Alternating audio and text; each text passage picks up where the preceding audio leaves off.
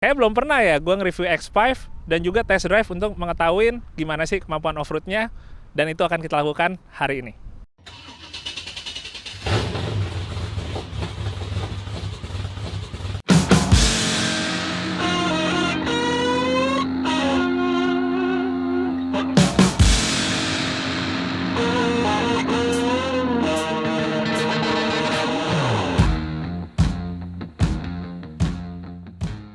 Jadi X5 ini adalah SUV pertama dari BMW, teman-teman. Tapi sebenarnya walaupun ini SUV pertama, ini bukanlah all-wheel drive pertama dari BMW. Kalau ngomongin all-wheel drive pertama, itu kita kembali lagi ke tahun 80-an, ada seri 3 dan ada seri 5 ya. Dimana untuk seri 3 ada 325iX dan seri 5-nya ada 525iX. Itu cukup spesial buat gua karena waktu gua kecil, pertama kali gua ngeliat bokap gua rally itu pakai 325iX, dan ternyata yang setelah gua ketahuin itu adalah satu-satunya ya, dan mungkin boleh dibilang yang pertama BMW all-wheel drive ada di Indonesia, dan ternyata dikendarain oleh bokap gua. Wah, lumayan bangga juga sih, walaupun di umur yang gua masih belum bisa nyetir ya, jadi ya udah cuma bagian nonton aja. Oke, kita ngomongin dulu sejarah untuk X5. Jadi X5 ini awalnya itu rencana dibikin oleh BMW sebagai SUV pertamanya di tahun 94.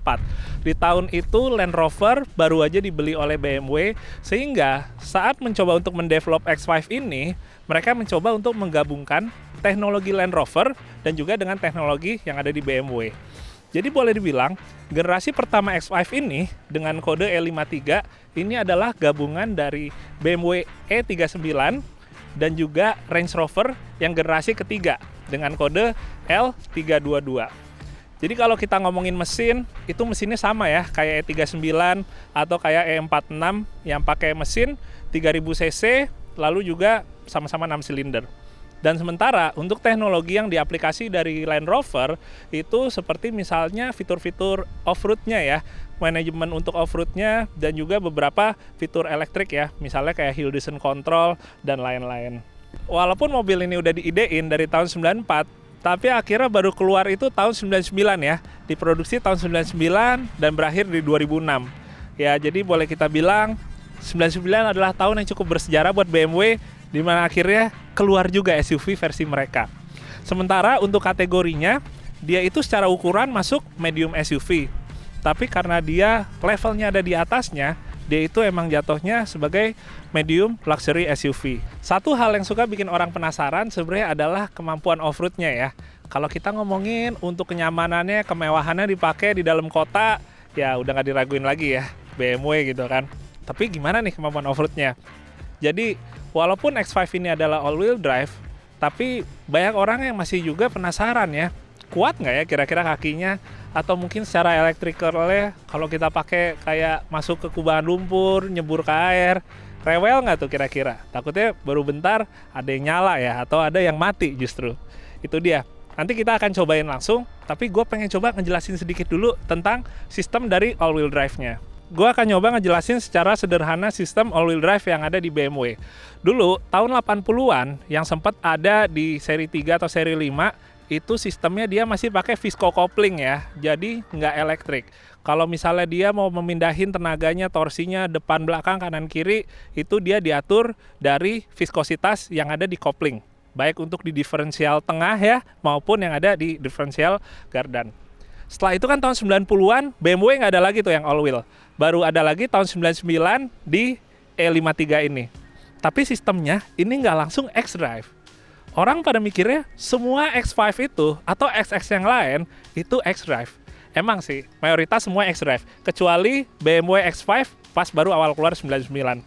Jadi waktu 99 keluar ini, itu dia sistemnya itu masih pakai, bahasa gampangnya brake LSD ya.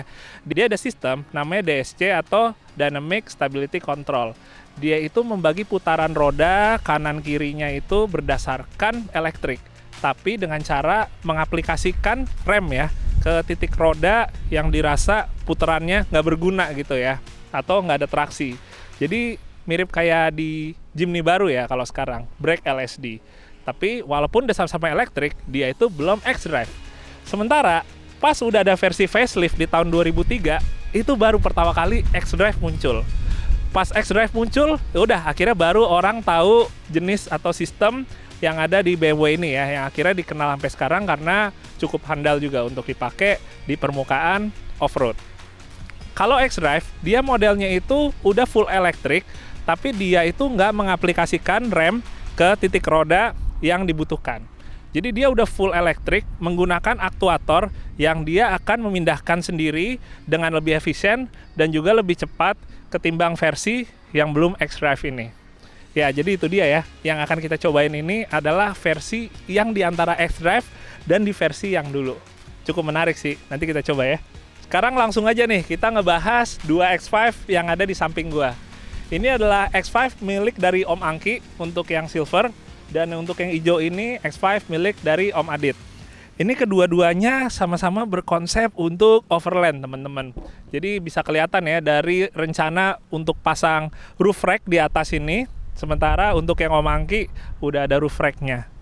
Emang sih Om Adit masih bingung juga ini nanti mau dipakein roof rack atau mungkin juga bisa dipakein roof stand ya.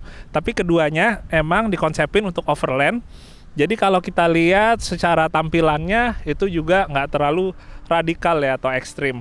Kayak misalnya kita nggak ngelihat ada tambahan bumper atau justru diganti full bumpernya pakai model-model yang lebih kelihatan off-road ya. Tapi dibiarin dua-duanya tetap standar. Oh iya, jadi kedua X5 ini sebenarnya adalah trim yang berbeda teman-teman. Jadi untuk yang silver, ini trimnya itu yang eksekutif. Jadi lebih orientasinya itu untuk penggunaan di dalam kota ya, untuk lebih kenyamanan. Sementara yang ini trimnya yang sports package. Dia itu emang lebih diarahin untuk para pengguna yang suka outdoor ya. Dia itu aslinya Airsus dan juga kayak misalnya di samping sini dia footstep-nya emang kelihatan lebih sporty ya, ketimbang trim yang eksekutif. Sekarang kalau kita ngomongin suspensi, jadi antara mobil yang X5 hijau sama yang silver ini keduanya udah disamakan. Jadi kalau yang sports package ini sebenarnya dia menggunakan air suspension ya. Cuma sama Om Adit udah diganti menggunakan coil spring dari yang trim eksekutif atau yang seperti silver. Jadi kalau yang eksekutif itu dia emang udah bawaannya coil spring. Sementara kalau yang hijau ini yang tadi air sus akhirnya diganti pakai coil spring bawaan dari yang eksekutif juga. Sementara untuk shocknya juga udah diganti yang aftermarket pakai bugi untuk yang di bagian belakang, sementara yang di bagian depan ini pakai Bilstein. Kayak gue bilang tadi, kalau kita mau off-road pakai 53, enaknya udah nggak pakai air suspensionnya ya. Jadi udah diganti pakai coil spring. Supaya nggak repot juga ya, soalnya kalau kita pakai air susnya itu kalau misalnya ada yang rusak ya, kalau nggak salah tuh satu bagiannya atau satu titiknya itu bisa nyampe 7 jutaan loh. Bayangin kan, sementara kalau 7 juta tuh udah dapet shock yang cukup banget gitu. Jadi itu dia, kalau misalnya udah dipakein coil spring, mestinya secara off-roadnya teorinya enak sih ya gitu. Dan nggak nyusahin timbang masih pakai air suspension. Sebelum kita masuk, gue pengen ngeliat dulu untuk bagian belakangnya teman-teman. Jadi dia modelnya itu jadi 2 piece ya untuk tailgate-nya.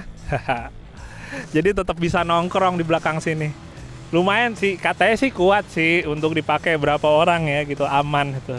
Gue sebenarnya suka ya model yang dia 2 piece gini untuk tailgate-nya, jadi ya buat nongkrong masih bisa. Sementara kan kebanyakan ya SUV itu kan udah yang modelnya kebukanya ke atas aja ya. Jadi buat kalau kita lagi sambil entah camping atau sekedar nongkrong sore waktu istirahat off-road, kita bisa duduk di sini. Ini yang gue suka sebenarnya di bagian belakang kita bisa ngatur ya untuk reclining ya atau senderan joknya di bangku tengah situ dari sini setelannya. Terus karena mobil ini sebenarnya di Eropanya udah didesain untuk kebutuhan outdoor, overland dan apapun itu juga namanya. Jadi kelengkapan kayak inverter itu juga ada di sini teman-teman. Praktis banget. Jadi untuk colokan lighternya udah ada, udah kita tinggal colok inverter aja di situ. Assalamualaikum. Yeah. Oke, begitu sampai di dalam, emang nggak terlalu ada yang spesial ya dari dashboard X5. Maksudnya kurang lebih sama ya, kayak dashboard teman-teman BMW-nya yang ada di awal 2000-an. Jadi BMW X5 ini, karena dia belum xDrive, kayak gue bilang tadi, dia itu sistemnya masih di antara ya, sistem konvensional untuk all-wheel drive sama sistem yang udah mutakhir, yang xDrive itu. Jadi kalau di dalam sini, yang pertama kali gue lihat ya, gue bukan malah ngelihat setir atau masalah leathernya ya, kulitnya gitu, tapi yang gue ngeliat ini nih, DSC nih. Jadi ini dia, DSC adalah Dynamic Stability Control, yaitu bahasanya untuk ESC-nya ya, atau Electric Stability Control-nya. Terus ini sebelahnya ada hill descent. Jadi untuk hill descent-nya ini ngadopsi persis sama kayak yang ada di Range Rover untuk yang generasi ketiga. Nah, terus sebelahnya lagi ini buat ngebuka belakang. Sementara satu lagi adalah PDC. PDC ini adalah Park Distance Control. Ya, sensor ya untuk kalau kita parkir. Nggak terlalu butuh sih kalau buat gue ya. Gue yang penting adalah kenikmatan untuk berkendaranya, termasuk untuk dipakai off-roadnya ya, atau kegiatan outdoornya. Sementara buat transmisinya, di 53 ini tetap ada pilihan manualnya juga ya. Jadi nggak cuma matic-nya aja. Matic-nya ini 5 speed, tapi ada juga yang 6 speed ya. Sementara manualnya juga sama, ada yang 5 speed, ada yang 6 speed. Dan mungkin kita langsung lihat ke bagian mesinnya kali ya, karena ini yang cukup menarik juga buat gue nih. Kita lihat di sini. Oke, sekarang kalau ngomongin mesin, jadi di X5 ini mesinnya itu menggunakan mesin yang sangat menarik, yaitu M54 B30. Itu mesinnya sama kayak yang digunakan di BMW E39, E46, dan lain-lain ya. Dia itu 3000 cc, 6 silinder NA dengan tenaga sekitar 228 HP dan torsi 300 Nm. Yang menarik dari mesin M54 ini, dia itu dijadikan sebagai mesin terbaik ya oleh beberapa pihak di tahun 2000-an awal. Dan yang menarik, di awal tahun 2000-an, mesin ini mendapatkan award sebagai salah satu mesin terbaik ya. Kalau gue ibaratin, ini kalau di Jeep tuh kayak mesinnya Cherokee yang 4000 cc ya. Itu adalah salah satu mesin yang menjadi favorit sampai sekarang, dan banyak orang yang suka dan sangat familiar, sehingga kalau kita ngomongin untuk parts-nya, untuk orang yang bisa ngerjainnya atau ngebenerinnya, itu banyak banget. Jadi ini emang mesin rakyat yang emang terbukti tangguh ya. Sampai sekarang pun mesin ini masih banyak yang ngoprek. Tapi kalau ngomongin selain mesin 3000 bensin yang ada di mobil ini, jadi ada juga pilihan mesin lain yang ada di E53. Ada yang 3000 cc juga tapi diesel. Gue langsung ingat X5 yang dipakai di Dakar ya. Selain itu ada juga yang V8. V8-nya ada yang 4400, ada yang 4600, dan yang paling langka yang 4800.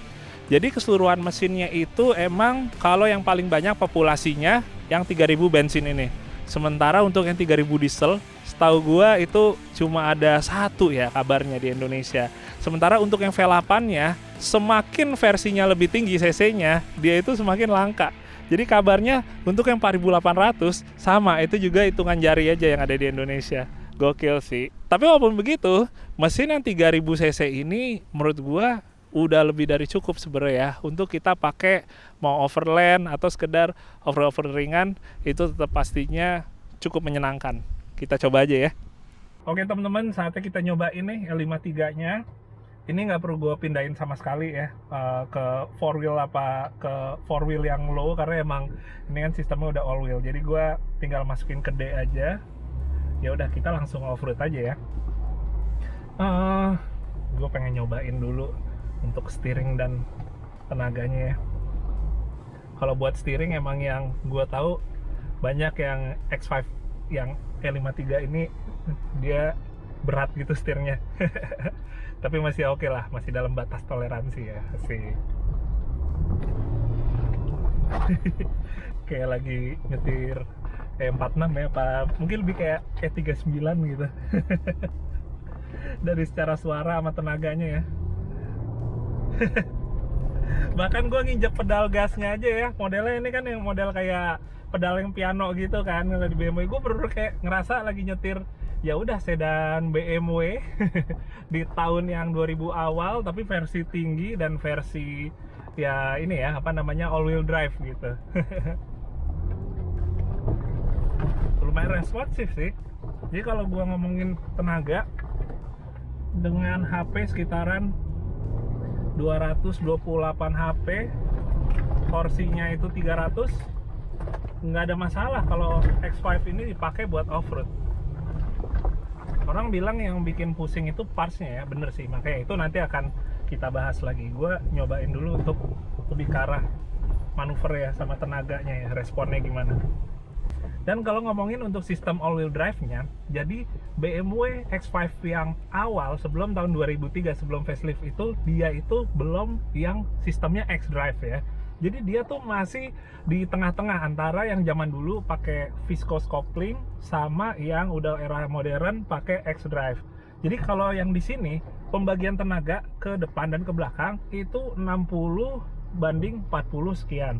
Jadi beda ya sama X-Drive yang dia bisa 0-100 bahkan. Dan kalau X-Drive itu udah jauh lebih responsif lagi, yang pada intinya emang dia lebih pinter ya untuk ngedetect mana roda yang membutuhkan traksi lebih. Tapi kalau di E53 ini yang versi sebelum facelift 2003, dia itu ya sistemnya masih semi elektrik ya, atau semi konvensional gitu. Jadi kalau kita ngomong untuk pembagian diferensial kanan kiri, dia itu modelnya pakai DSC ya, Dynamic Stability Control. Jadi sistem kerjanya mirip sama gue bisa bilang kayak Jimny baru ya, brake LSD. Jadi kalau misalnya udah ngangkat-ngangkat roda yang membutuhkan traksi, itu cara dapetinnya dengan cara dia apply brake ya ke ban yang terlalu banyak putaran tidak bergunanya. Ribet ya bahasanya, semoga bisa mengerti. Oke, sekarang gue akan nyobain untuk naikin kegundukan. Gue pengen lihat posisinya kalau si ban kanan belakang ini dia udah keangkat ya.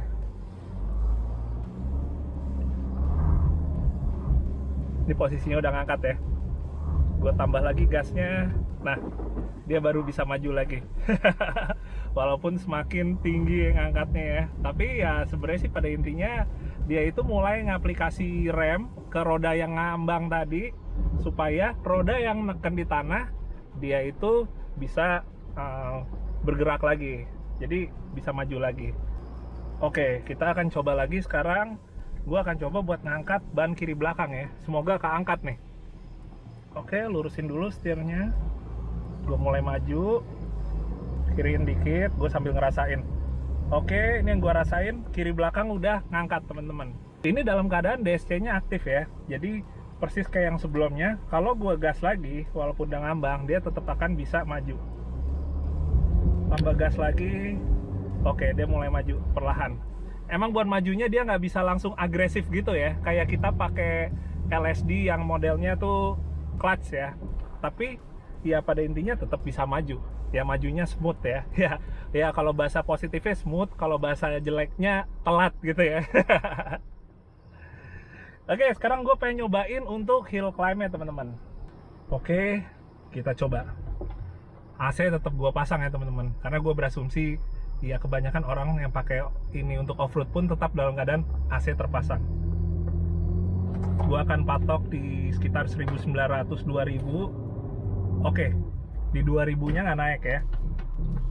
Emang kalau yang mobil all-wheel drive, karena dia nggak ada low-nya, kita butuh sedikit effort ya, kita butuh sedikit usaha. Usahanya melalui naikin RPM yang lebih tinggi lagi. Jadi kalau pakai 2000, bentar ya, ini parking sensornya gue matiin dulu. Nih sekarang gue akan coba lagi, tapi nanti gue akan naikin lebih tinggi lagi ya. Oke, gue naikin di 2500. Ya, di 2500 dia baru naik. Ini kalau mobil ada low-nya, tadi sih di 2000 udah pasti naik ya. Cuma itu dia, karena all wheel drive kita butuh usaha dengan naikin RPM lebih tinggi lagi. Sekarang buat yang turun, gue pengen nyobain untuk hill descent-nya ya. Untuk hill descent control-nya gue akan coba nyalain. Ini jadi hill descent-nya sama persis kayak yang ada di Range Rover ya, generasi ketiga, atau yang ada di tahun yang sama.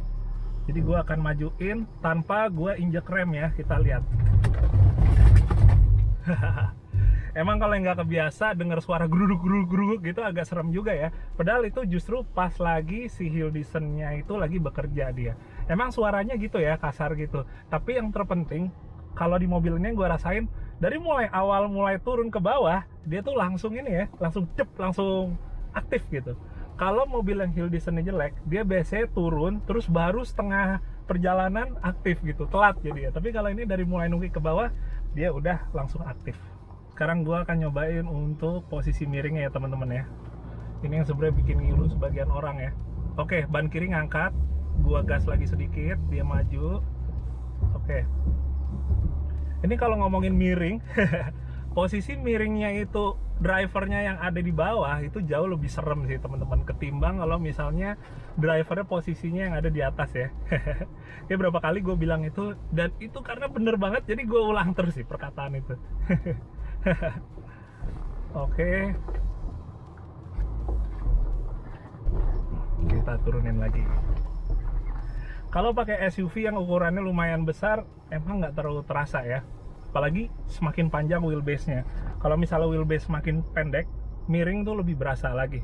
Karena bagian belakang juga lebih gampang buat ngangkat ya, ketimbang yang wheelbase-nya panjang. Terus satu lagi, kalau SUV atau kendaraan ukuran makin besar, kita ajak miring itu semakin terasa aman, ketimbang pakai kendaraan yang ukurannya kecil. Hehe. Lanjut lagi ya. Oke, kita akan nyoba lagi untuk lewatin kemiringan, tapi sekarang posisinya gua yang ada di bagian atas ya. Oke, rada ngangkat ban belakangnya, gue gas sedikit biar maju. Oke. Ini posisi setirnya gue agak kananin sedikit ya.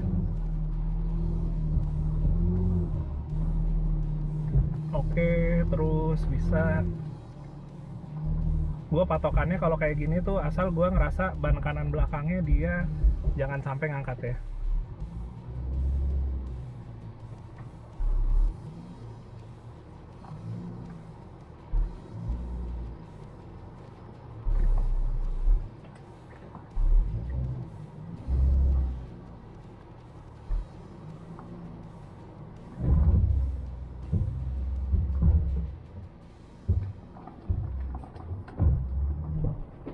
Oke, kalau gue tetap ke kananin lagi, udah mulai ada gejala terbalik, jadi harus langsung tekuk ke kiri. Lumayan. Di satu sisi kalaupun tegang, bukan tegang karena miringnya ya, tegang karena standarnya dipakai BMW gitu kan. Tapi sangat menyenangkan kalau emang suka dengan adrenalin kali ya. Gue akan coba lewatin tanjakan, tapi yang tengahnya ada gotnya ya, jadi harus dikangkangin.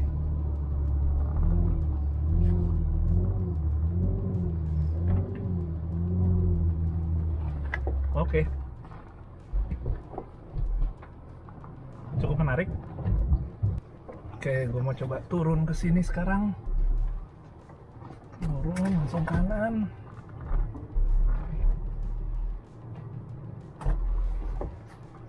Ini alur airnya lumayan nih. Kalau pakai bannya kurang gede, ukurannya berasa banget.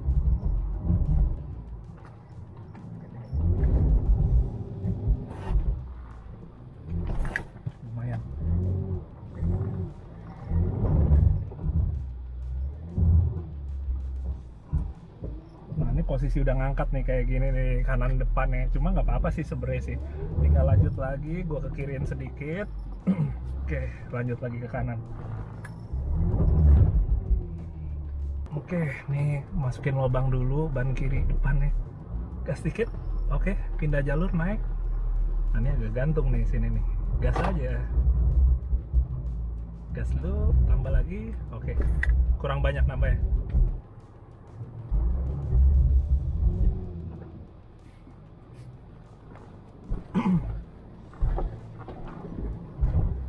Hihi, asik. Kita mulai main becek-becekannya sini.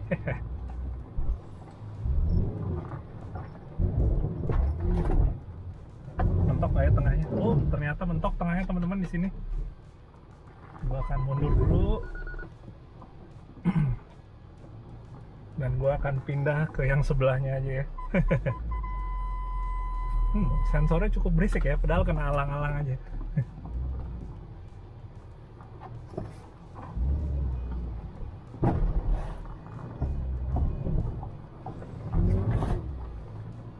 Oke.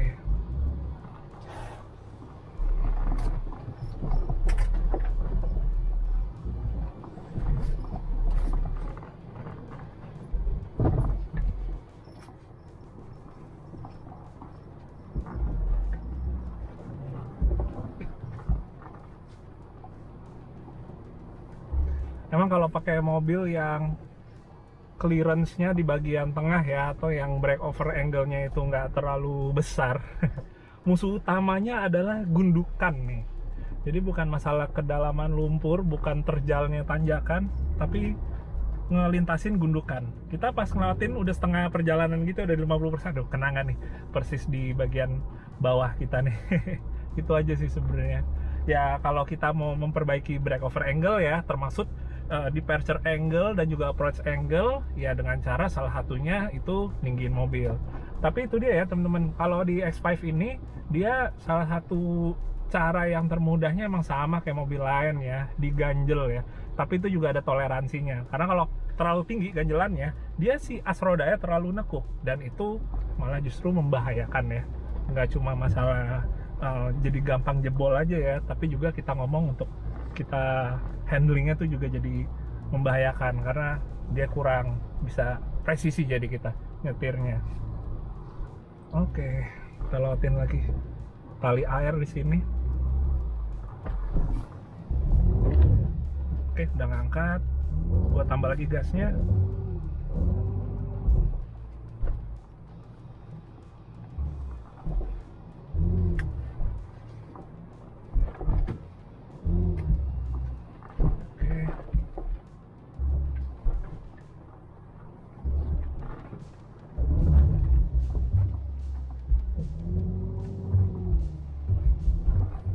Oke, smooth aja kita, nggak perlu terlalu kayak digentak banget ya.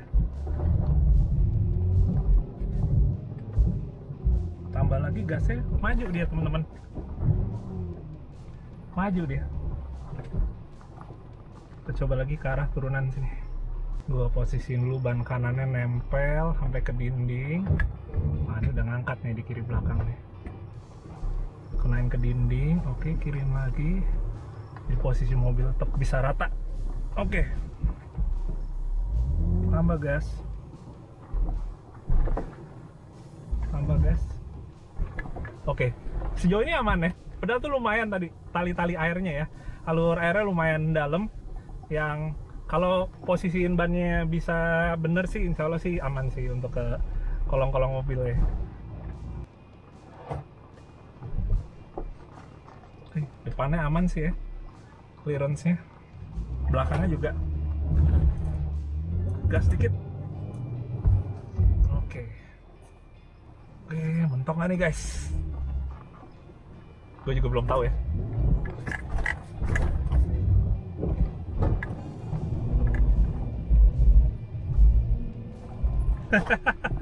Enak banget. Lagi kita coba balik kubangannya. Yang penting pakai mobil bensin, maintain RPM sama momentumnya jangan sampai hilang banget ya. Oke, tadi kita habis sesi foto dulu di air sini. Sesuai yang ada di thumbnail ya kayaknya ya. Kita akan lanjut lagi, gue akan menuju ke zona yang lain ya, asik zona.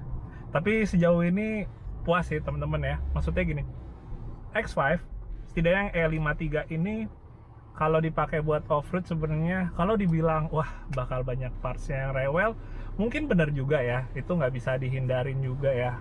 Kita ngomongin pertama mobil Eropa aja kalau kita bandingin sama mobil Jepang misalnya gitu. Tapi yang perlu digarisbawahin, kalau misalnya pakai E53 ini yang versi sebelum facelift, itu dia belum xDrive. Yang mana kalau kita ngomongin untuk komputerisasinya itu, untuk di apa namanya, di drivetrainnya ini, di all-wheel drive sistemnya ini, dia tuh belum seribet yang xDrive. xDrive emang jauh lebih sophisticated ya, lebih wah, lebih pinter. Tapi di satu sisi kalau kita off-road, apalagi udah kena yang becek-becekan, udah lumpur-lumpuran gitu, dia emang akan lebih beresiko ya, terjadi sesuatu. Ketimbang pakai E53 ini yang sebelum 2004 ya, sebelum di 2003 ke bawah, dia karena sistemnya itu masih semi elektronik, jadi dia emang lebih minim sebenarnya untuk adanya kerusakan kalau misalnya kita lagi pakai di off-road. Terus kalau ngomongin tenaga, sebenarnya cukup kok menurut gue pakai mesin M54 ya. Yang kurang itu sebenarnya adalah rasio gearnya ya. Rasio gearnya tuh kurang low banget. Jadi kayak misalnya kalau pakai yang mesin ini, itu paling harus RPM ngejaga di atas 2500 ya, 2500 ke atas itu baru dia enak, dapat tenaganya untuk kita ngomongin nanjak atau lewatin obstacle segala macam lumpur. Kalau kita di bawah 2500 ya itu ya nggak keluar tenaganya. Tapi ya itu dia sih, ya kembali lagi ya ke teman-teman semua akhirnya akan mau coba pakai mobil seperti ini atau yang full konvensional. Ya semua punya pilihan sih. Nah teman-teman, sekarang kita udah nyampe ke bagian depan tempat buat main lumpur-lumpuran ya di danau sini nih. Sebenarnya gue udah tinggal mau ini aja ya, have fun aja gitu. Gue pengen ngelumpur dulu di sini sebelum kita nyelesain video ini.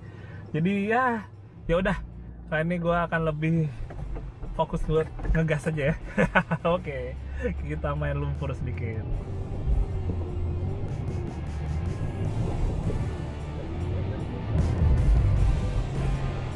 Enak banget dipoles.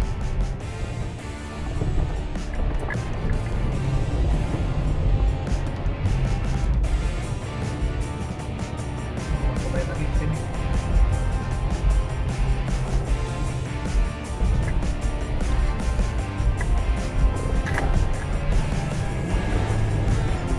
Wah, gue nggak ngeliat apa-apa.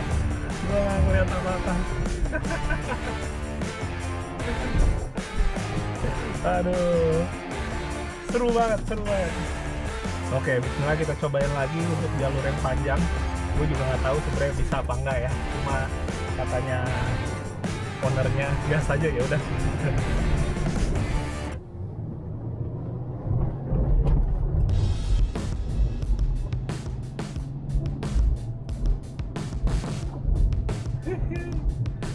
Lumayan dalamnya.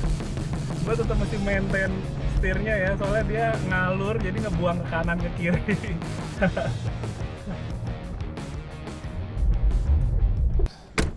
Wah, alhamdulillah selesai juga teman-teman. Jadi dari mulai tadi udah kelar review terus langsung test drive. Gue sih sebenarnya cukup puas ya. Lebih ke arah kaget sih. Soalnya ternyata oke juga. Gue nggak ngebayangin akan seseru dan sejauh itu nih mobil bisa terus melaju ya. Asik bahasanya. Jadi teman-teman, L53 ini kayak gue bilang tadi, dia itu kalau versi yang belum xDrive itu dia masih semi konvensional ya. Jadi kalau kita ngomongin pembagian tenaga ke depan dan ke belakangnya itu dia di 60 banding 40 sekian. Beda sama xDrive yang udah fully electric, dia diatur ada aktuatornya sendiri dan itu udah bener-bener super pinter banget. Di satu sisi sangat nyaman, tapi satu sisi juga menjadi resiko yang cukup besar juga kalau kita udah off-roadnya yang berat ya, apalagi yang becek-becek basah-basah gitu. Tapi kalau X5 yang generasi awal yang sebelum facelift ini, karena dia masih semi konvensional, jadi masih agak sedikit bisa tega ya, karena nggak takut resiko urusan elektrikalnya sebesar yang udah xDrive. Ya udah segitu dulu untuk sekarang. Semoga berkenan dan bermanfaat video ini. Sehat-sehat untuk kalian semua sekeluarga. Sampai ketemu lagi ya. Dadah, assalamualaikum.